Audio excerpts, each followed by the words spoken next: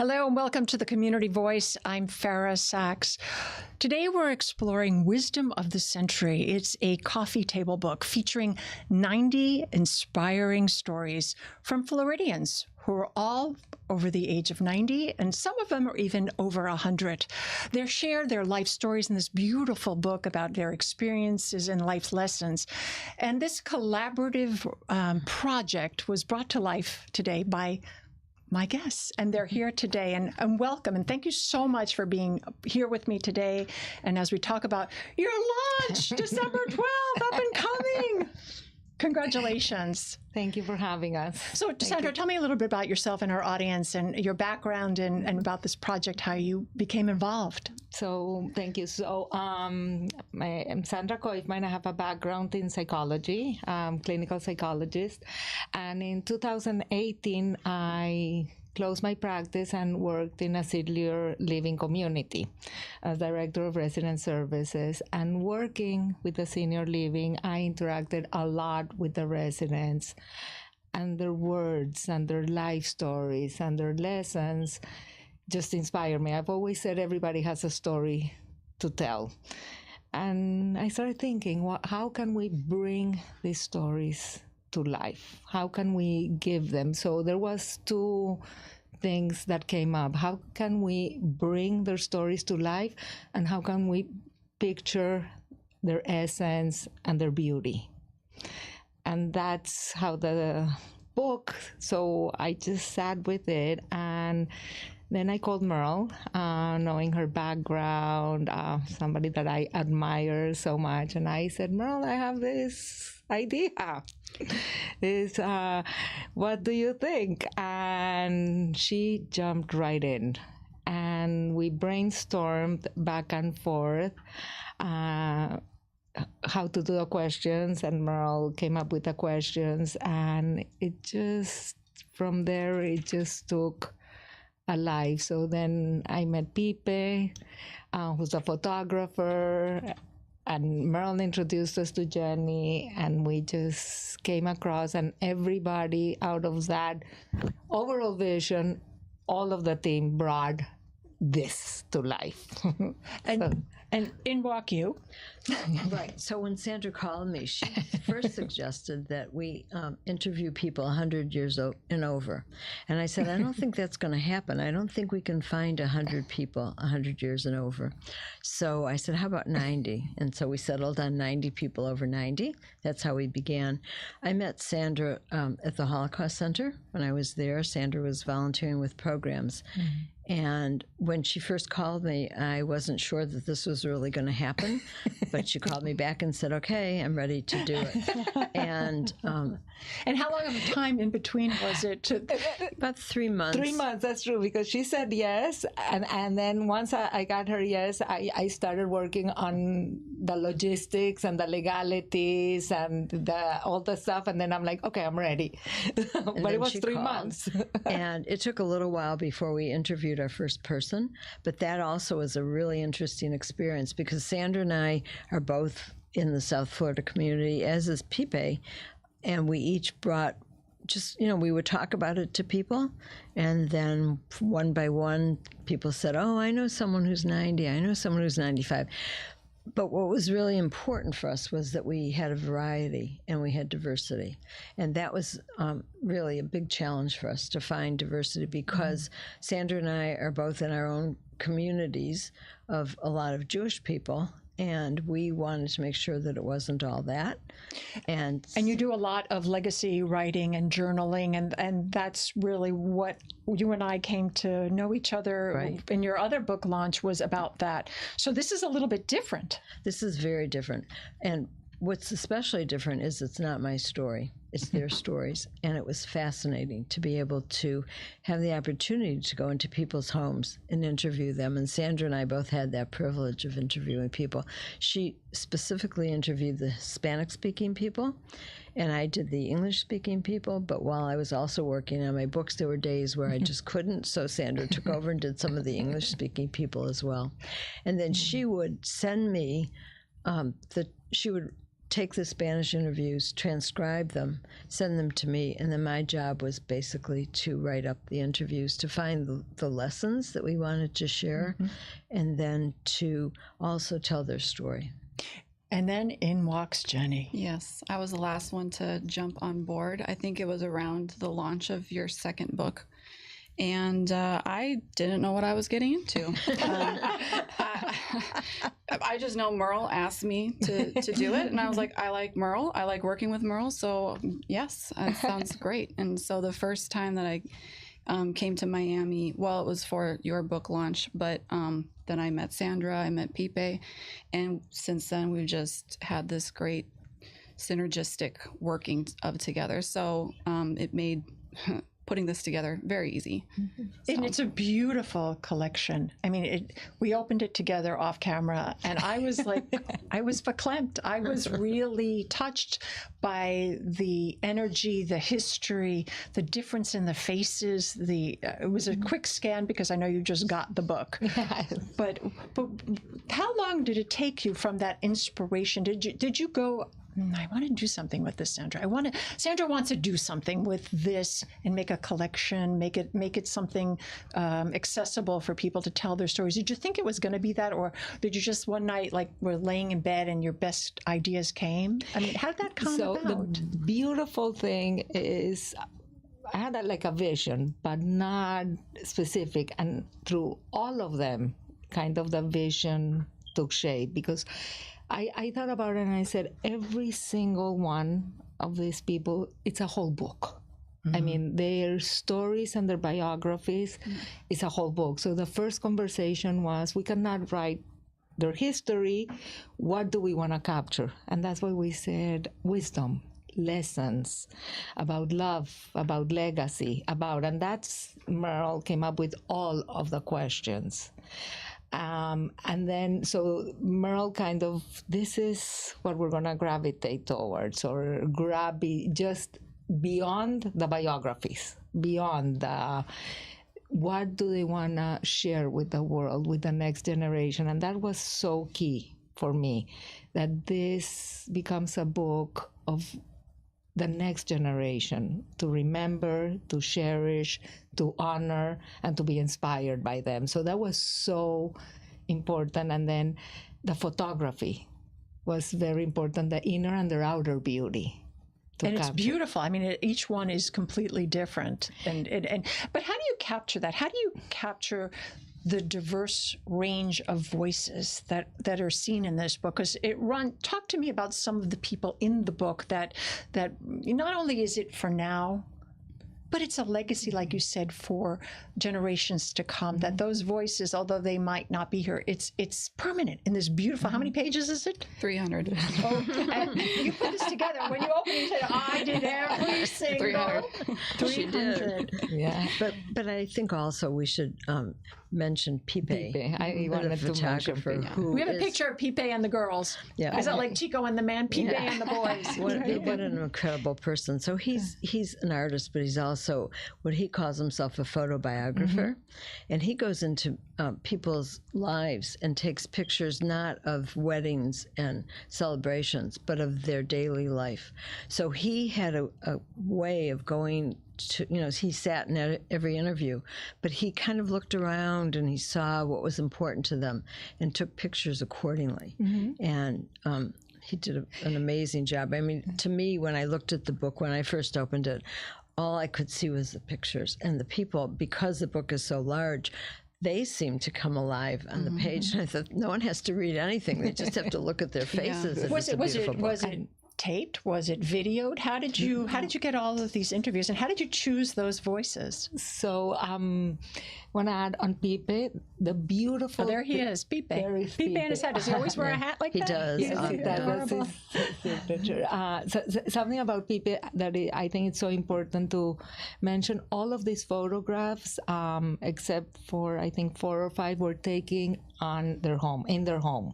There's no lighting. There's no studio lighting. He had to work with the surroundings. So he worked exactly with the surroundings. So that made him capture the essence. So when you see their photographs. They're surrounded by familiar objects, and people use natural light. So I think that was so beautiful. And how do you capture these stories, to be respectful, to be accurate, to be meaningful, thoughtful? How do you do that? That's an art form, because I scanned the book and it was just magnificent. These people popped out. The photography popped out. The words popped out. The gentle tones of the book while reading through was very soothing. I felt like I knew these people in the 5 minutes I was in the book. Okay. So I credit Merle for that. She did, because all of the interviews were tape recorded. And the ones in Spanish, I transcribed them word by word. And Merle was able to capture and put it in this beautiful write-up. And she even followed up with many. As she was writing, she called back many with follow-up questions and thoughts, and spent a lot of time in that, capturing their words and their message was so important to us that we would honor them. And your work has always been self-driven. Where's it coming from me and my perspective? So it had to be the voice of them. Right. And it's a completely different voice. And what the challenge was for you as a writer? For me, what happened was, as I started doing this and interviewing the people, I knew exactly what I needed to get in order to write the stories. So it was easier for me to write my interviews than Sandra's, because she had a different, same questions, but different. But I knew right from the beginning exactly what I had. As soon as I met the people and could talk to them for a few minutes, I knew just what I needed to say and how I needed to ask the questions. And it was fascinating to walk into these people's homes and have no idea, anything about them at all, and to start asking questions and to learn about their lives. It was such an incredible opportunity. And what a way to make 90 new friends. Oh, and they I are. think over 200, because it's them and their families. Wow. Because most of them had a family member, or we contacted family, so we made so many new friends, which we're still in touch with. And the backgrounds, the history, the experiences, the life stories. Tell me about a few. Who would like to share a little bit? So I'll tell one, and then Sandra can tell one. We went to meet George Gibson. He lives in Richmond Heights, I think, way south. And he was the first Miami-Dade officer who was black. He was from the Bahamas, and his family came here when he was 6 years old.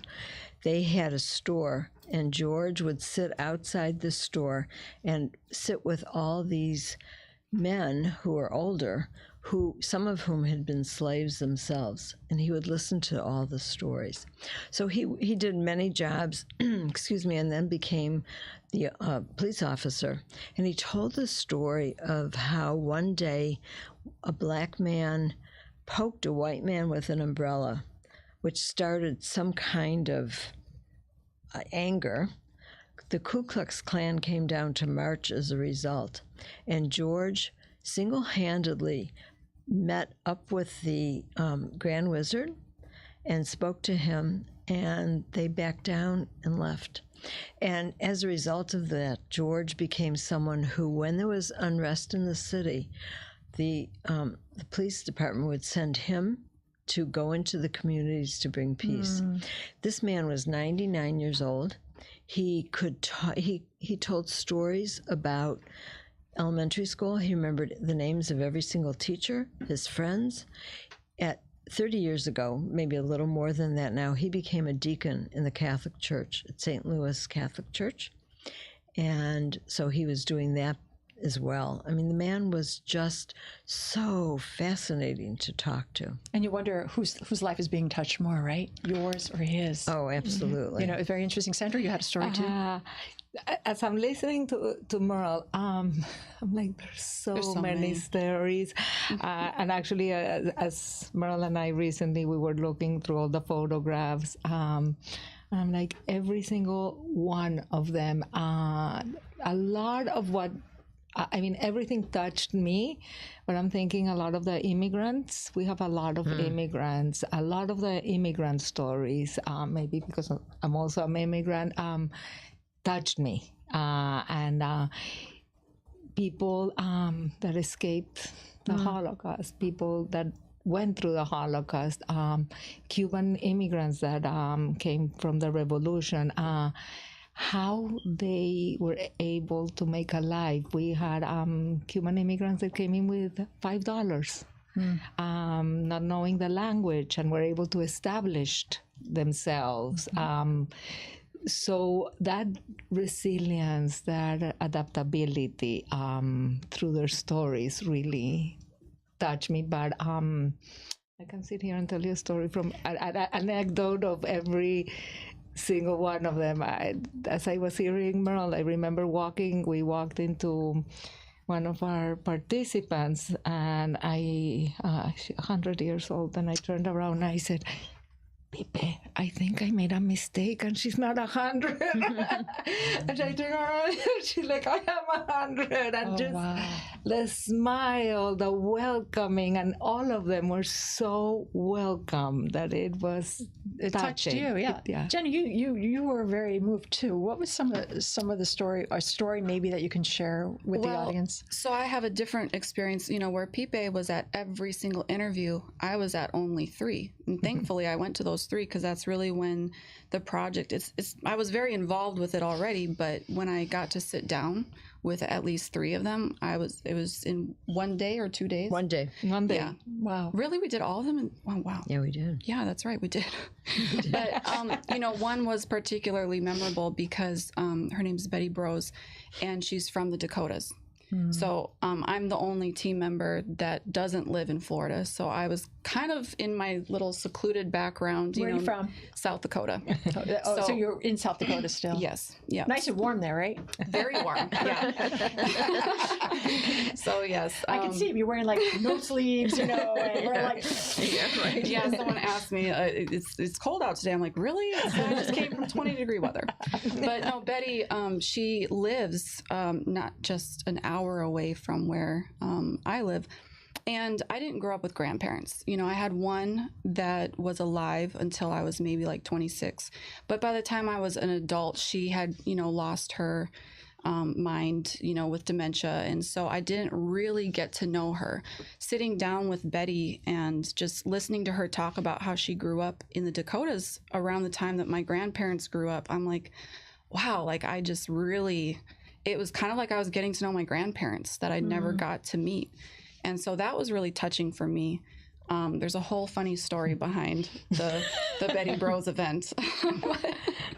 We actually thought she was a Native American from South Dakota. And then we got there, me and Merle and Pipe, and we were like, she's definitely not Native American. Blonde hair, blue eyes. We walked in and said, oh, well, I guess not. We were looking for diversity. Okay, so we were so excited. Because how did you know these are the 90? We just, by word of mouth. So we started by word of mouth.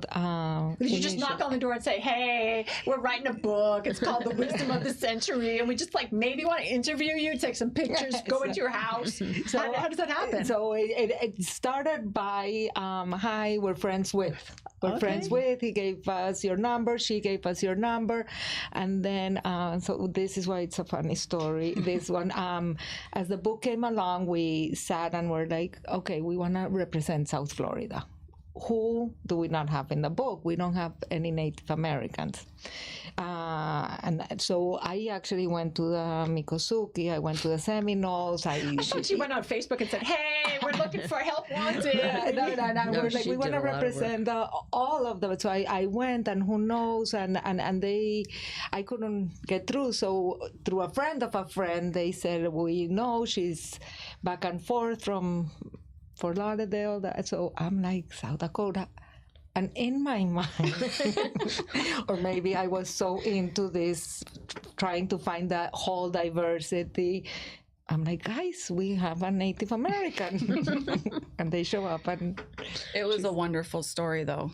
So it was something we laughed about quite a bit. But yeah, that was the most memorable to me. And I think for anyone that, has grown up without having that like elderly guidance in their life, for me, that's what this book really brought to my life. I just never really had that. So just going through each story as I was designing, formatting all of the interviews that Merle wrote up, I had to read through everything, not just for spelling, but, just making sure the layout was good. And through all of that, I just started really reading the stories. And that's, as someone who hasn't been to all these interviews, because they were so impactful, I think that's one of the biggest gifts of this book. But as someone who didn't get to go to all the interviews, it still is impactful to me anyway. So that's what I really enjoyed about it. Just seeing how they lived their lives, understanding just all the diversity, all the different, like reading about the immigrants. Like, we don't have a lot of immigrants up in the Dakotas. I mean, they've already been there for a while. So just hearing the stories about like how not that long ago they came over here. Absolutely. And I was like, wow, like this is so different. I just learned so much. And now you're on a book launch phase. You're launching your book on the 12th. I mean, it just came out. The little wrapper just got undone. What's it like for you from start to finish? Is how long? How long did it take you? 3 years. 3 years. Okay, so here's the moment. What's that like for you to actually give it over, giving your baby to the world? What's that like? Who wants to jump in on that? I think for me, because I have written a few other books, this is so different because this is not my book, this is our book. And the fact that we have worked with a team, and I've said this to them many times, I've never worked with a team quite like this. There's been so much respect for one another. Everyone comes with his or her own expertise, and we have such respect for that. So if there's ever a question and we have a conversation where we're not sure how we want to do this or what we should do, we always defer to the person who has the expertise. And I always tell people that it seems as though we've all left our egos at the door. This is not, it's just such a huge celebration of us as a team creating something like this. So for me, it's very different than the other book launches. When I started looking at this book, when I had it in my hands, I could just see all four of us in this book. And it's incredibly special, but these two, for them, it's new. So I think what's that experience like for you, Sandra? Because you're the concoctor of Joseph and his dreams. You really are. You brought it to fruition. You made it happen by visualizing it and seeing it in your mind's eye through your experience of working with a senior living. What's that like for you?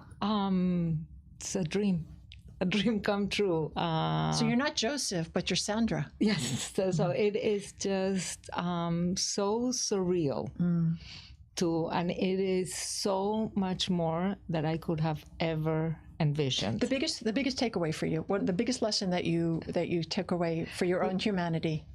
For my own humanity is and we were talking about this, we all experience challenges in our lives. Nobody goes through life unscathed. No. Nobody. It is how we go through, how we make a life after those challenges, those experiences, and embrace all of the moments in life, knowing the good and the bad and the connections we make along the way. And that's what it's all about, the people we carry along in our journey. And I think that's that has shifted my worldview. Absolutely. And Jenny from the Dakotas, coming in on this experience, is it anything that you've ever done before? I mean, I put books together before. I've been behind the scenes of, Merle's books and other people's books, but this was different because it's part mine, with this team. I think what I really took away from just the people that are in the book, like life just isn't ever over for them. They just really opened my eyes. You know, I just turned 40, so I'm thinking, oh my gosh, life is like passing me by. But seeing how full their lives have been lived, I'm like, wow, like every day is a new day. You can just make different choices if you want to steer the direction of your life. And that's really what I took away from it, and will continue to. There's like I want to find this recipe for these 90 plus, 100 plus people. Did you find that there was like this theme that went through any of them, that I've lived this long because I took all my vitamins, or I had a positive attitude, or I looked at the glass half full instead of half empty? Did you find that you got that for yourselves? I found, and even if they didn't specifically mention it, I found their hope and optimism was such a common thread from all of our. They were just optimistic and hopeful, even if they didn't say this is my secret for longevity. But that's one of the common threads that I saw a lot. I think a lot of them too were like, they stayed connected with Connection. people. Yeah, Connection was connection, huge. the importance. Connection, A purpose. lot of them worked. A Connection. lot of them are still working. Yeah. Purpose also, that they had some kind of purpose in their life and continue to. So for me, I'm twice as old as Jenny, and I'm closer to the age of the people that I was interviewing. So for me, I came from a very different perspective, because most of the life lessons that they shared were not life lessons that were shocking to me or something new. In fact, very few. But it brought me so much inspiration, and so realizing that I still have a lot to do and a lot to go. You have purpose. Purpose. I have a purpose. Drive. Yeah. Desire. Right. I think that's really important. And we interviewed people from 20 different countries. So that was also interesting to see where their backgrounds were and what they've done and how they've all come together in this beautiful United States. But they're in Florida. Yeah, in They're Florida. all- In they all Florida. Florida. converged in Florida And we for have, your assignment here. We have that touched me a lot. We have two couples, both over the age of 90, both individuals married over 75 years This together. beautiful. Can you imagine? I want that secret sauce. So, and that is one, and it's in the book, because that was one of the questions. So the book launches December 12th, and your exhibition is going to be at the History Miami Museum until February of 2025. Right. Cool. So that's a cool gig. Yeah. What do you want people to take away from this in the time we have left? To buy your book, first of all. You can get more information at wisdomofthecentury.com. It's rolling on the scroll right now. Honor and cherish our elders.